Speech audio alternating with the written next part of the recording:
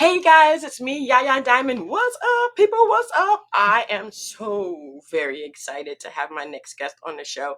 She has her memoir out, and I have to show it to you. I have to show you her memoir. Here it is, Ambitiously Sacred.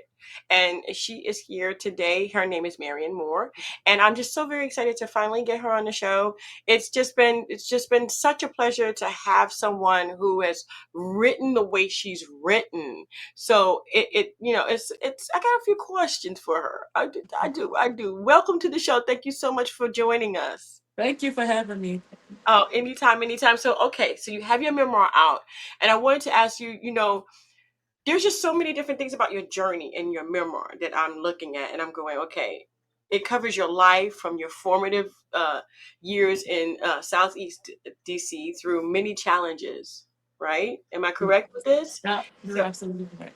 awesome. So, I mean, not everybody wants to write a memoir, okay? And not everybody wants everybody to know what happened to them, but I know that it is very releaseful and it's very satisfying to actually get all of that off your chest and kind of say, okay, I'm done with that part of my life. But you had to go back physically and mentally, had to go back and write this book. So, can you share some pivotal moments from your early life significantly that shaped you for today? And how did you deal with writing the book and going back to those times mentally? So one of the real moments was the death of my mom. So a lot of people don't realize, like, my mom died when I was a kid, and so you will assume, like, when you're an adult, if it happened as a child, like, you'll be over it, or kind of like past it. And I feel like that's when it affected me the most. When I got older, I became grown. So I had to go back to relive that. I felt to kind of like get it off my chest because I felt like I couldn't really say or express how I felt about that throughout my lifetime. And that's just pretty much it. That was one of the main things to me. Mm, mm. I lost my mom last year. It was And sorry. I mean, if I would have lost her when I was little, it would have probably affected me more as I grew up because it does developmentally, it does affect you, when you don't have your mom, even a mom figure in your life, someone who can guide you, especially as a female. That's hard. That's hard. So you had to mentally go back there and get all that. So you also talk about in your bio, success and envy and loyalty brings betrayal, and love and its complexities. How has these experiences influence your personal growth and your outlook on life today? First, I wanted to go back and touch bases. So I did have like mom figures. Like I had Okay. aunts, my grandmother, of course, they played a very huge role in raising me. But I feel like your aunt and your grandma is not the same as your actual mom. So I definitely had mother figures. It was just that I didn't have my biological mother, and I feel like that's where it got. I started to feel some type of way, or mentally, it started to bother me again as an adult. Hmm. Far as like the envy, the betrayal, and stuff like that, I just feel like you would think that the people who are supposed to support you during certain times will actually be there, and it's almost like they turn into an enemy, or they don't support you as much, and that's just pretty much it. So I think I've learned to deal with things in that nature. Hmm. I clap for myself. That's it.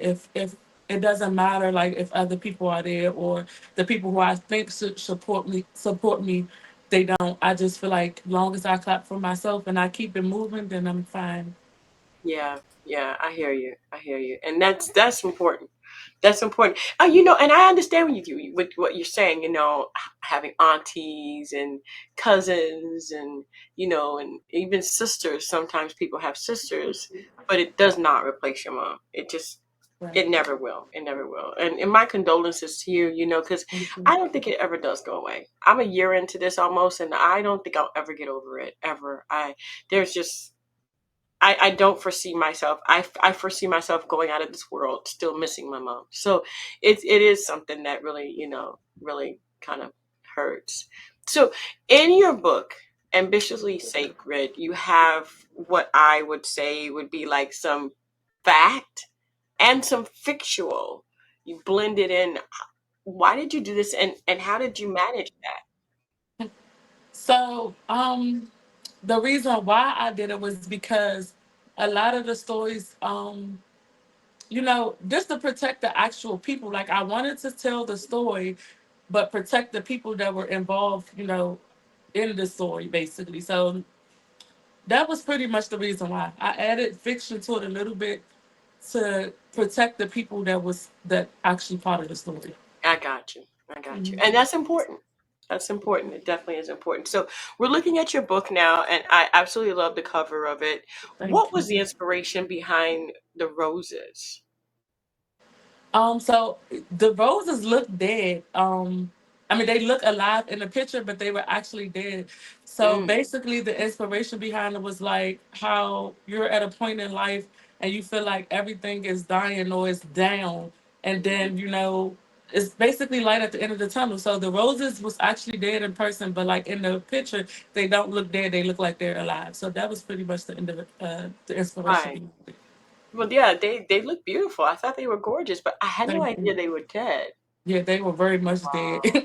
Wow. Wow. Wow. So, okay, so you found your purpose, but how did you find your purpose? What was it that kind of ding ding ding, the light that goes above your head that flashes? It's like how did you find that? What did you do to get that? What was the instance? First of all, you have to sit with like yourself. Like sometimes you have like outside influences, or you're going to people, you're venting, you're getting their opinion on things, and then it kind of like clouds your judgment, and you aren't able to like fully think on your own. So it's like I took time to myself for like probably about 3 or 4 months. I isolated myself. I spent a lot of time with myself, and that's just how I came up with it. I found my purpose. I felt like the story or the things that I've been through, I know it was other people out here. And even though I do feel like I have a support system, as far as like my aunt and my grandmother or my sister, I feel like certain things you don't want to share or you don't feel comfortable sharing. So I used to keep it all bottled in. So once I took time to sit with myself and really like get my thoughts clear, Hmm. I was able to come up with the fact that this was my purpose because I was able to tell my story completely to get it off my chest, but then also help other people who could be possibly dealing with the same things and feeling like they have no one to talk to or. Yeah. Um, Yeah. How did you revisit those difficult times, and did it affect you again as if it just happened? I mean, how did you deal with that? so many times. So a lot of people don't know this. I started writing a book in 2023, like December of 2023. So so many times throughout that timing of writing a book, I sat by myself literally writing and crying Hmm. as I relived some of the moments.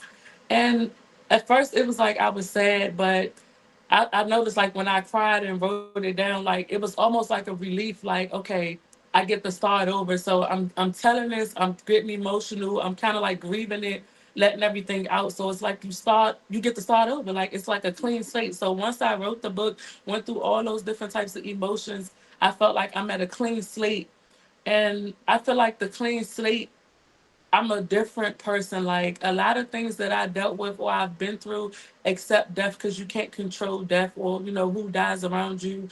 But the other things that I went through, I know I'm in full control. Like it's a lot of things that I will not tolerate no more, that I will not deal with, and I'm just happy. I'm in a happy and a peaceful place. Hmm.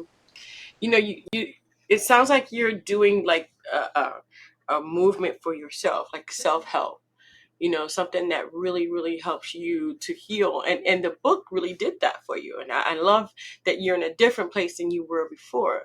But what are some advice that you possibly could give to your readers, to your listeners, and to the watchers today, maybe possibly from your book, or just something that you do during your life that would help someone else move forward like you? So my advice to them is, one, you have to go through things on your own. Like, so I don't know if you ever seen the saying or some of the posters on Instagram that says some journeys are meant to travel alone, just you and God. So I feel like a lot of people, or myself, because I can't speak for a lot of people, because I don't know their situations, but for me, my thing was the people that I knew that I could depend on for support. When I went to them, everybody's giving their advice, and not saying they're wrong because they're giving their advice because they care about you, but it Hmm. kind of like clouds your own judgment, and you're unable to make a solid decision on your own. So my advice to people is like, one, when you're going through things, you have to actually take the time to grieve them. For me, I didn't know how to grieve. Like, I always felt like I had to be like a strong person, or I Hmm. couldn't ever let people see me sweat and stuff like that. So you got to actually grieve. Like, it doesn't matter. Everybody go through the same thing. You can't worry about what people think. Take time to grieve. You don't have to always be strong. I started meditating a lot.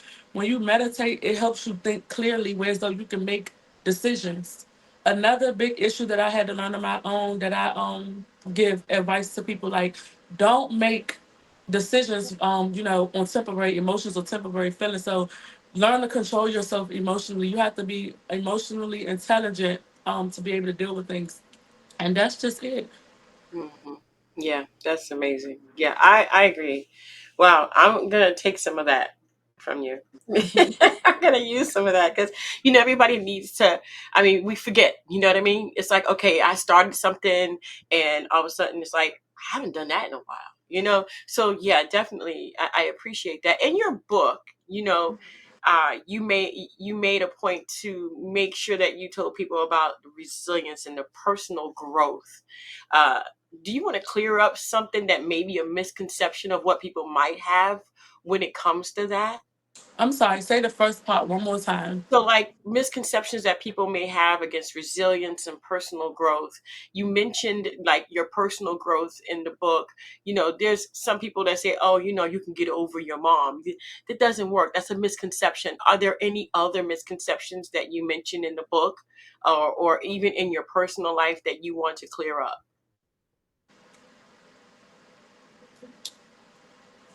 I feel like, and this may sound a little like harsh, right?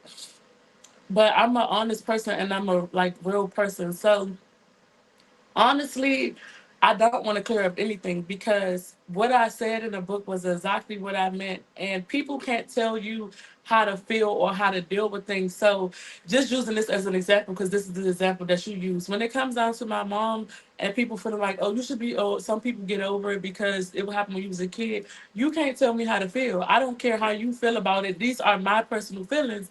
So really, no, I don't feel like I should have to clear anything up about my book because even though I altered the stories a little bit to protect the people that were involved, the stories were still true. Hmm. So that's my opinion of what I went through. And if you don't Yeah. like it, then you need to take it up with yourself because I meant what I said basically. That's it. That's it. And I want people to know, it's like, okay, you're unapologetic about it because this is what helped you to get through to the other side of where you're at today, which is a great, great thing. And clearing that up. Actually, what you just did was clear it up. Said, look, you can't tell me how to feel. Exactly. I'm this is it, you know, and vice versa. We can't tell other people how to feel. And so wow, that Exactly. to me that is a clear up. That is a wonderful, wonderful thing to say. And I hate it when people try to impose themselves on you. You know what I mean? What was your writing process though? I know you said you sat down, you cried, but what was it? Did you write down some notes or did you just go from beginning to end? So I have a laptop. The laptop literally goes everywhere I go. Mm, So during the writing process, every time I would think of something, I would go and type it up. Like, so say like in the first part of the book, it was about like my marriage to my ex-husband. If I thought something, I had chapter one, two, three, four. I know what each chapter was going to be about. So if that what I thought about at the time fell under each one of those categories, I would just type it up under that category or under that chapter. Then I would go back and put it into the story where as though it fit and makes sense at the time. mhm. So Wow. That's good. That's good.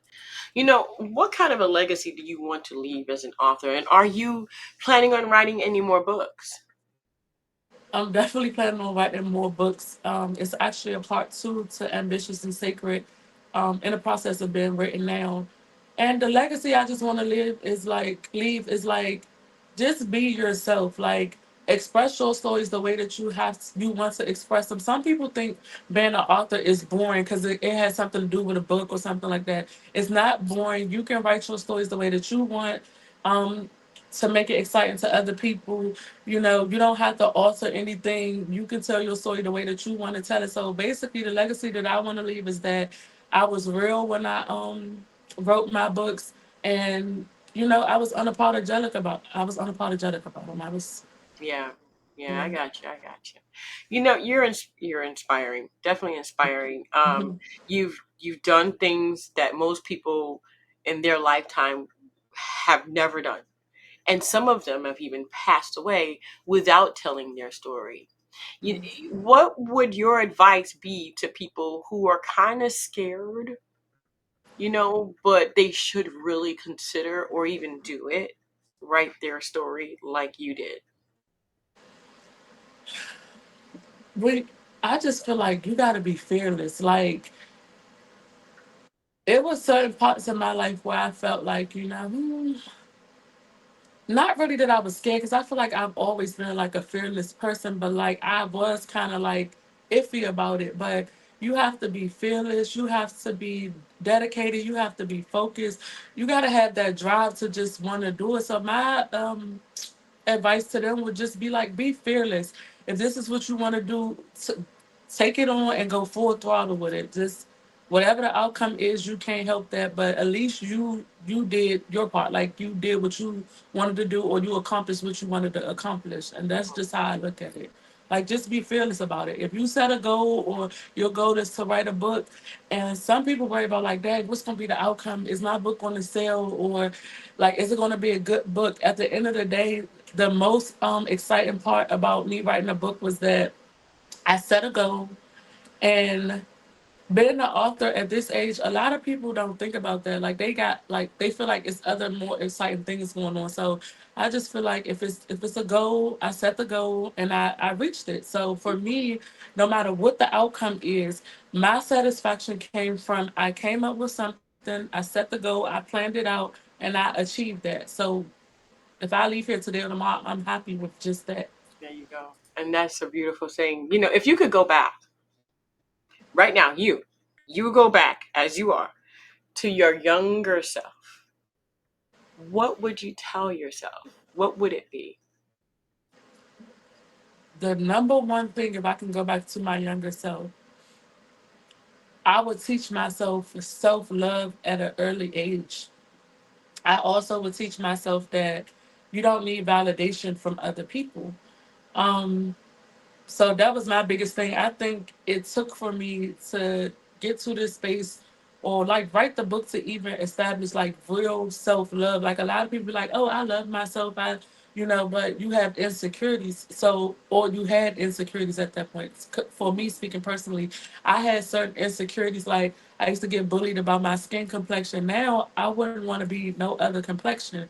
So I feel like if I would have to go back and teach my younger self anything, I would definitely teach myself self love, and that I don't need validation from anybody. I am who I think I am. That's right. That's right. Well, I want to thank you so much for being on the show. There's just certain places that people like to interact with their fans. What would be your place? Like Instagram, Facebook? What would it be? Instagram. I Instagram? feel like I share a lot on Instagram involving like who I am, or my Instagram page will show my personality. Awesome. And you do have your website at Yes. the marianmoore.com. Hmm. And I do have that on the screen, and we've been sharing it the entire time. Do you have the links there for your Instagram? Yes. Hmm. Okay, great. I'm going to go ahead and go on Instagram really quick. I'm going to share my screen so people can actually see your Instagram. Give me 1 second. They may have my business Instagram on there. I can give you my personal Instagram because Yeah, that's let's do easier. that. Let's So do it's that. it's the it's girl. So it's the THEIT Uh-huh. underscore girl, GIRL, and then two underscores, The it girl underscore girl. underscore girl. Oh, And then thank you. two underscores. I want to thank you so, so very much for being on the show today. Is there a question that I didn't ask that you would really like to answer today, or anything you would like to say to your fans? So you pretty much covered all the questions that I feel like explained a lot about the book. Only thing I want to say to my fans is just be unapologetically yourself, self love, love yourself, and be fearless. You know, live full throttle, do what makes you happy, and that's it.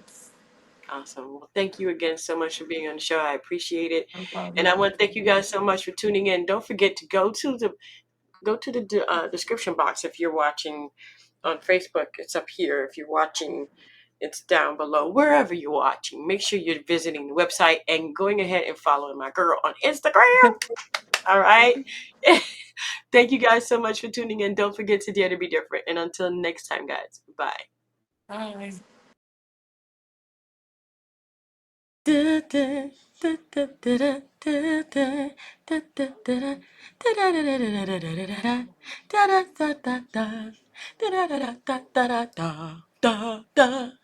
Thank you for watching.